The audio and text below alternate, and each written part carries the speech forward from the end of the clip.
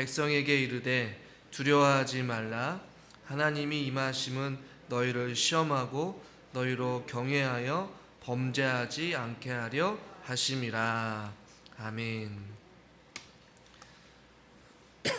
우리가 수요일마다 사도신경 또 주기도문을 말씀을 통해서 배웠고요. 또 여러분 잘 알고 있는 여러분들에게 익숙한 십계명, 그러나 더 정확한 말은 데칼로그라고 이야기를 해서 10가지 말씀에 대해서 우리가 말씀을 살펴보았어요. 상대적으로 보면 주기도문이나 사도신경은 우리가 예배를 시작과 끝에 예배 순서에 넣어서 우리가 매일같이 혹은 자주 반복되는 것이 우리의 신앙의 고백인 사도신경이고 예수님이 가르쳐 주신 주기도문이에요. 이것은 오늘날 우리에게도 계속해서 예배 때 행해지고 있기 때문에 굉장히 중요함을 우리가 알고 있고 신앙으로 고백하고 있다라는 것이죠. 그러나 반대로 십계명에 대해서 혹은 데칼로그 이 10가지 말씀에 대해서는 주일학교에서 어렸을 때 이 10가지 순서를 외운다거나 성경고사에서 시험을 본다든지 그 외에는 특별하게 이 말씀을 접할 일이 없고, 그만큼 이 말씀에 대한 중요성에 대해서도 조금은 한국 교회에서도 또 우리들 자신들에게도 좀 중요하게 생각하지 않은 것처럼 느껴질 때가 있음을 보게 됩니다. 아니나 다를까 이 3000년 전에 이스라엘 백성들에게 주어진 이 10가지의 이 말씀, 이 데칼로그가 오늘날에도 여전히 우리에게 얼마나 도전이 되어지고 여전히 이 말씀이 우리에게 어떤 영향력을 줄 수 있는지에 대한 의문을 가지고 있는 학자들도 있었어요. 좀 극단적인 예로 이 10가지의 말씀인 십계명이 이 시대와 역사와 어떠한 문화의 제약성을 강조하여서 우리에게 적용할 수 있는 게 있고 없는 게 있다라고 주장하는 사람도 있고요. 시대와 문화가 다르기 때문에 이것은 이 당시 유대인들, 이스라엘 백성들에게만 해당되는 말씀이고 이것은 단지 우리에게 교훈적인 말씀이다 라고 조금 중요하지 않게 생각하는 경우들도 있어요. 이것은 우리가 데칼로그 첫 번째 서론적인 부분에 대해서 이야기하면서 이야기를 했던 부분이었어요. 하나의 교훈으로 삼고 구약의 시대에만 국한시켜서 이 말씀을 적용해보는 그런 사람들도 있었어요. 또 한편으로는 이 10가지의 말씀을 보편적으로 혹은 역사성으로 영원성을 강조하면서 무조건적으로 지켜야 한다라는 절대성을 가지고 있는 입장들도 있어요. 우리는 이 10가지 말씀을 매주 수요일마다 한 구절 한 구절 살펴보면서 이 말씀이 우리에게 주는 어떠한 중요한 의미와 또 구약과 신약에서 또 오늘날에 우리에게 어떻게 정의해봤는지 구체적으로 말씀을 통해서 우리가 나눠보게 되었어요. 오늘 이 시간에는 이 데칼로그를 10가지 말씀을 마치면서 아주 중요한 문답 중에 하이델베르크 문답을 통하여서 이 10가지 말씀에 대한 적용하는 부분들을 같이 함께 말씀을 나누면서 한번 나눠보려고 하는데요. 자막을 보시면 이 하이델베르크 문답 중에 113번째 문답이 있어요. 뭐냐면 제10계명에서 하나님께서 원하시는 것은 우리에게 무엇입니까? 지금도 이 말씀을 읽고 있고 또 성경을 통해 우리에게 교훈해주고 있는 하나님께서 궁극적으로 이스라엘 백성뿐만 아니라 이 말씀이 지금 우리에게도 효력이 있고 이 말씀이 지금도 우리에게 꼭 필요한 생명 되시고 진리 되신 말씀인데 이것을 통하여서 하나님께서 궁극적으로 우리에게 원하시는 것이 무엇입니까? 라는 질문을 했을 때에 그 답은 무엇이냐면 하나님의 계명 어느 하나에도 어긋나는 지극히 작은 욕망이나 생각을 조금도 마음에 품지 않는 것이고 언제든지 우리 마음을 다하여 모든 죄를 미워하고 모든 의를 좋아하는 것입니다. 즉 모든 죄를 미워하고 또 모든 의를 좋아하게 하기 위하여서 하나님께서 저와 여러분들에게 이 10가지의 말씀을 우리에게도 지금도 말씀하고 계시다는 것이에요. 하나라도 어긋나는 것이 없이 조금도 어떤 욕망이나 생각을 마음에 품지 아니하고 모든 죄를 미워할 수 있게끔 또 반대로 모든 의를 좋아하는 것, 하나님 말씀을 지키면서 순종하면서 살아가는 것이 바로 하나님께서 원하시는 것이다 라고 답해 볼 수 있는 것이에요. 그 다음 질문은 어떤 질문이냐면 그런데 하나님께서 이 돌아온 이 사람이 이 계명을 완전히 지킬 수 있습니까? 라는 것이에요. 그러나 이거에 대한 답은 이 계명을 온전히 지킬 수 있는 사람은 없다라는 것이에요. 가장 신실하고 거룩한 사람이라 할지라도 이 세상에 살 동안에는 이러한 순종을 겨우 시작할 뿐이다 라는 답을 했어요. 그러나 그들은 굳은 결심으로 하나님의 일부 계명만이 아니라 모든 계명에 따라 살기를 시작합니다 라는 이런 답을 했어요. 즉 이 10가지의 말씀은 우리가 아무리 몸부림치고 아무리 신실하고 아무리 신앙생활을 오래 한다 할지라도 이 계명을 완전히 지킬 수 있다라는 것이에요? 없다라는 것이에요? 완전히 지킬 수 있는 사람은 아무도 없다라는 것이에요. 왜냐하면 의인은 없나니 하나도 없다라고 말씀하고 있잖아요. 다 모든 하나님 앞에 죄인이고 하나님의 말씀을 온전히 다 완벽하게 완전히 지킬 수 있는 사람은 없다라는 것이에요. 그러나 순종을 시작하는 것이에요. 그리고 일부의 어떤 특정한 계명뿐만이 아니라 모든 하나님의 말씀을 따라 살기를 시작하고 애쓰고 노력하면서 살아가기를 원하는 것이 바로 이 10가지의 말씀을 통해 우리에게 주는 아주 중요한 교훈 중에 하나라는 것이에요. 세 번째 또 다른 질문은 무엇이냐면 115문 가운데 이 세상에는 아무도 이 10계명을 완전히 지킬 수 없는데 하나님께서는 그럼에도 불구하고 왜 그토록 이 10가지의 말씀을 이스라엘 백성들에게도 말씀하시고 지금도 여전히 우리들에게 이 말씀이 우리에게 중요하게 작용하고 우리에게 말씀하고 계시냐는 것이에요. 두 가지 답을 드릴 수 있는 첫 번째 답은 무엇이냐면 평생 동안 우리의 죄악된 본성을 더욱더 알게 하고 또한 사죄와 의로움을 더욱더 간절히 추구하도록 하기 위함이다. 이게 첫 번째 답이에요. 그러니까 평생 동안에 우리가 이 말씀을 통하여서 우리가 여전히 말씀을 지킬 수 없고 말씀 앞에서 더욱더 우리의 죄악된 본성을 알게 하고 또한 반대로 적극적으로는 사죄와 의로움, 죄사함의 은혜를 구하기 위하여서 더욱더 하나님께 간절히 기도하기 위한 하나님의 뜻이 있다라는 것이에요. 두 번째는 이 세상의 삶을 마치고 목적지인 완전한 삶에 이르렀을 때에 하나님의 형상으로 더욱더 변화되기를 끊임없이 노력하고 성령의 은혜를 구하기 위함이다 라는 이러한 답을 했어요. 주님 오실 그날까지 우리는 하나님의 형상을 회복하기 위하여서 이 10가지의 말씀을 통해 우리를 빗대어서 살펴보고 끊임없이 말씀 가운데 순종함으로 말미암아 하나님의 은혜를 구하고 더욱더 예수님을 닮아가는 삶을 살기 위하여서 하나님께서는 이 10가지의 말씀을 이스라엘 백성들에게도 허락해 주셨고 저와 여러분들에게도 허락해 주셨다라는 것이에요.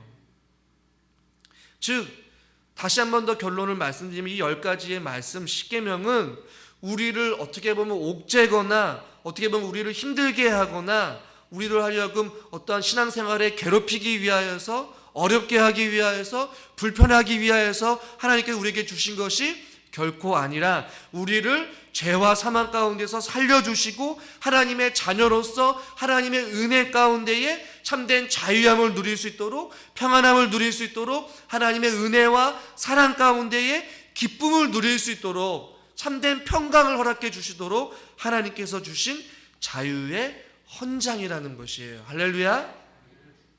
이것이 바로 이 10가지의 말씀 데칼로그를 우리에게 주신 하나님의 선하신 뜻과 계획이 있다라는 것이에요. 그렇다면 우리가 더 한 번 더 이 데칼로그를 마치면서 우리가 생각해 볼 것은 무엇이냐면 이것이 저와 여러분의 믿음 생활 가운데 어떠한 용도로 이 10가지의 말씀뿐만이 아니라 하나님의 말씀이 우리에게 어떻게 작용되어지고 어떻게 우리 삶 가운데 실질적으로 적용되어지는지에 대한 부분들을 저는 크게 오늘 3가지를 좀 말씀드리려고 해요. 첫 번째는 신학적 용도라고도 하고 혹은 교육적인 용도로서 이 10가지의 말씀 즉 10계명이 우리에게 중요한 역할을 할 수 있다는 것이에요. 이 신학적이고 교육적인 용도는 무엇이냐? 이 죄를 우리도 하여금 깨닫게 해주는 역할을 한다라는 것이에요.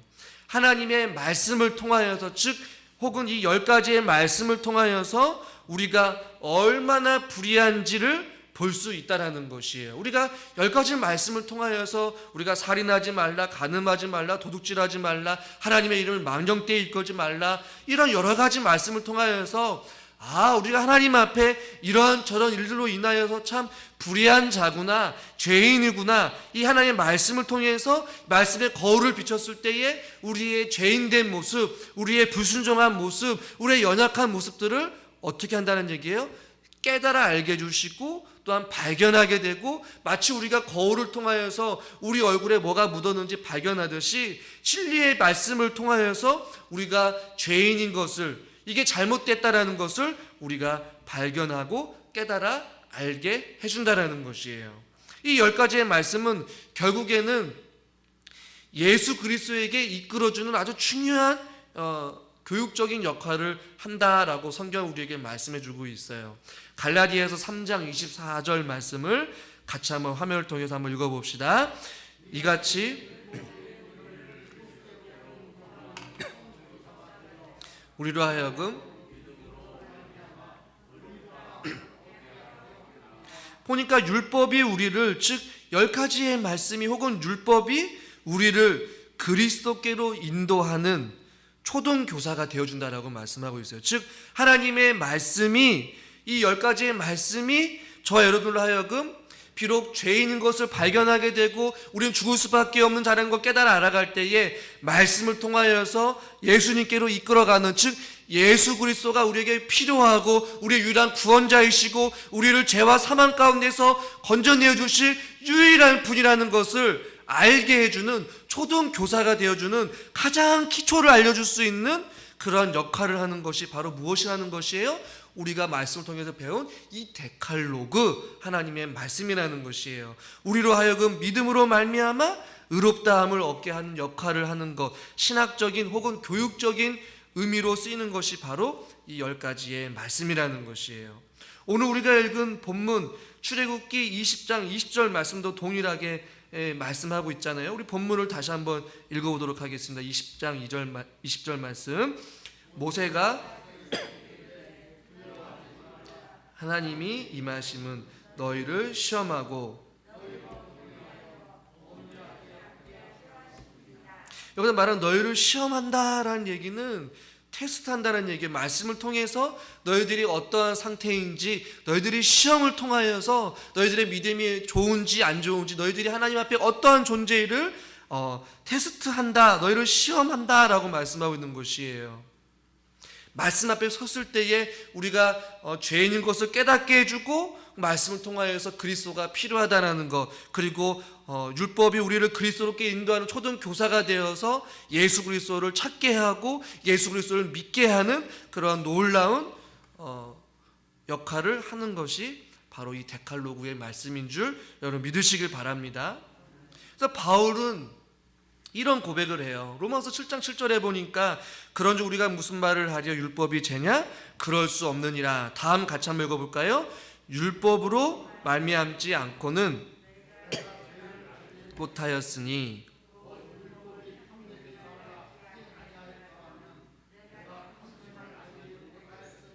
잘 보십시오. 율법으로 말미암지 않고서는, 즉 하나님의 말씀, 이 데칼로그로 말미암지 않고서는 내가 죄를 알지 못하였다라고 말씀하고 있어요. 곧 율법이 탐내지 말라 하지 아니었다면, 여기서 말하는 탐내지 말라라는 이 말씀이 몇 번째 말씀이에요? 바로 지난 시간에 했던 17절 말씀에 보면 내 이웃의 집을 탐내지 말라, 이 율법의 말씀, 곧 탐내지 말라 하지 아니하였더라면 내가 무엇을 알지 못하였느니라? 탐심을 알지 못하였느니라. 즉 율법은 이렇게 우리에게 신학적이고 혹은 교육적인 용도로 우리에게 중요한 역할을 한다라고 성경 우리에게 말씀해주고 있는 것이에요. 그렇기 때문에 하나님께 허락하신 이 데칼로그 10계명의 말씀은 지금도 저와 여러분들에게 중요한 역할을 합니까? 하고 있지 않습니까? 우리 삶에 아주 중요한 원리를 가르쳐주고 있는 것이 바로 이 데칼로그의 말씀이라는 것이에요. 자, 두 번째는 어떠한 용도로 우리에게 중요한 역할을 하느냐? 사회적인 용도 혹은 정치적인 용도를 가지고 우리들에게 이 중요한 역할을 하고 있어요. 즉 이것을 통하여서 범죄를 억제하는 기능이 있어요. 악한 사람들이 악한 짓을 할 수 없도록 통제하고 제어하는 기능이 바로 이 데칼로그의 말씀이라는 것이에요. 여러 가지 예를 들면 부모를 공경하는 것, 살인하지 말라, 간음하지 말라, 도둑질하지 말라, 탐내지 말라, 거짓 증거하지 말라, 대부분이 하지 말라라고 말씀하고 있어요. 이것은 이렇게 하는 사람들로 하여금 하지 말라라고 하는 어떤 범죄를 억제하는 역할, 범죄를 억제하는 어떤 역할을 하고 있는 것이에요.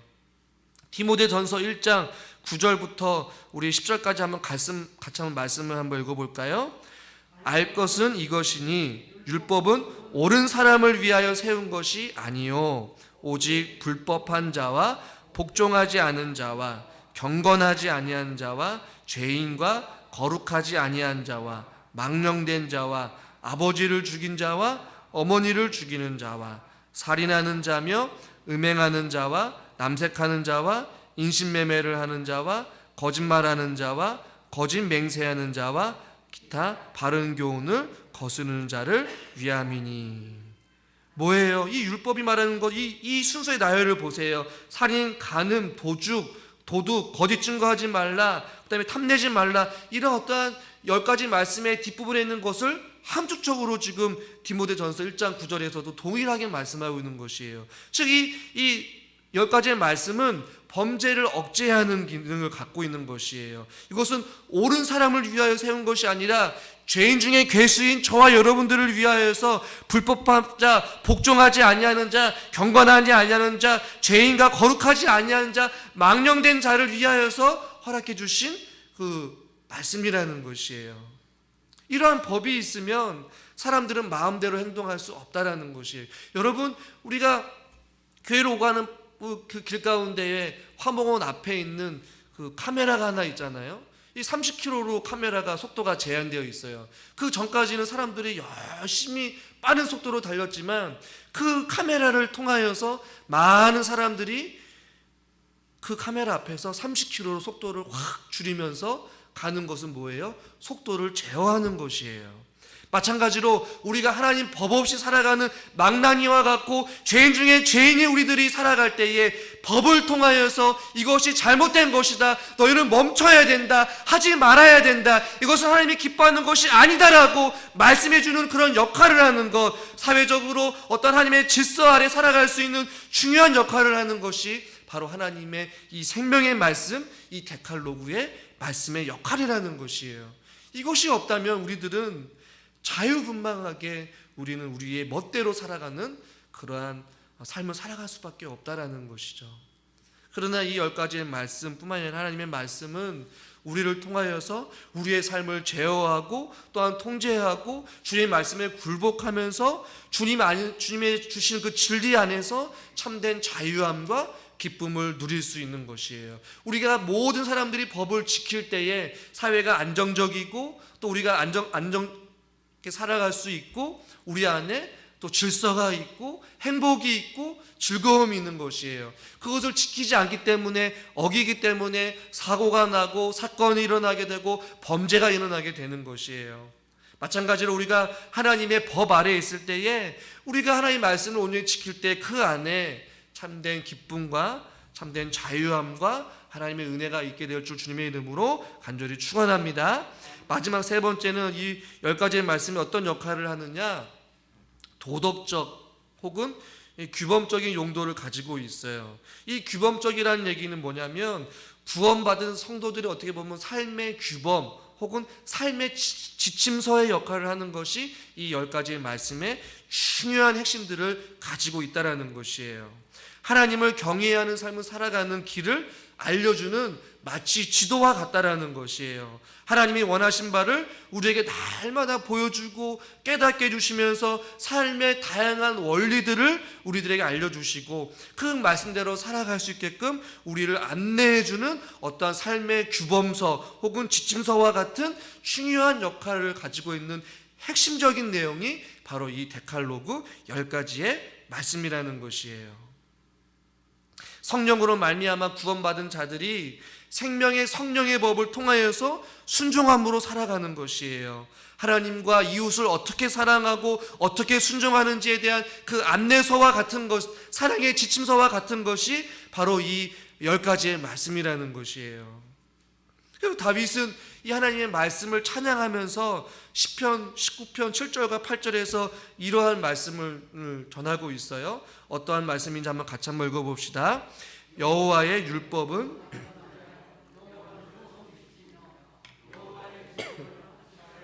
우둔한 자를 지혜롭게 하며 여호와의 교훈은 정직하여 마음을 기쁘게 하고 여호와의 계명은 순결하여 눈을 밝게 하시는도다. 여기서 말하는 여호와의 율법이나 여호와의 증거나 여호와의 교훈이나 여호와의 계명은 다 동일한 의미예요. 즉 데칼로그 이 10가지 말씀 가운데 아주 중요한 핵심들이 다 들어가 있는데 그 말씀이 우리의 영혼을 소성시키시고 할렐루야, 우리의 우둔한 자를 지혜롭게도 하시고 우리의 마음을 기쁘게도 하고 우리의 눈을 순결하게 하고 눈을 밝게 하는 역할을 하는 것이 이 바로 하나님의 말씀이라는 것이에요.